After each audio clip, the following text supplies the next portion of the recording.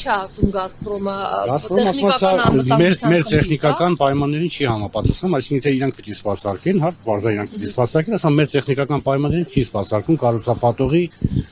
կազմակերպած այս խողովաշարերը։ Կառուցապատողն ասում է, սա նորմալ սահմաններում մենք իրանց հետ լեզու կգտնենք։ Մենք մնացել ենք այս տուբիկի մեջ։ Եվ ոնց որ նշեց, բնակիչներից ահագին մարդիկ դա պետական ծրագրով են ձեռք բերել, այսինքն այն հույսով որ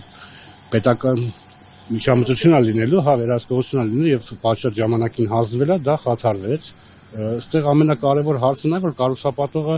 ոչ մի ձև կառուցողական չի հանդիպում բնակիչների հետ իր խնդիրները ասի։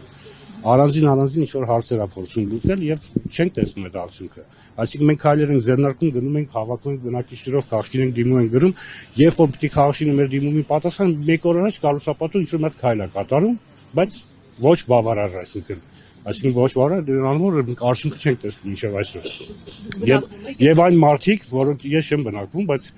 բնակիչներից ահագին մարդիկ բնակվում են, այս ձմեռ ուղղակի կաշմարների մեջով են անցել, հա, ստիպված են եկել բնակվել, որտեղ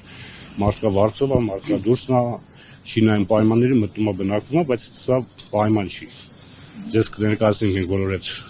տեսանյութերը բան որ կա, ասենք անմարդկային պայմաններում են ապրել, ստիպողը։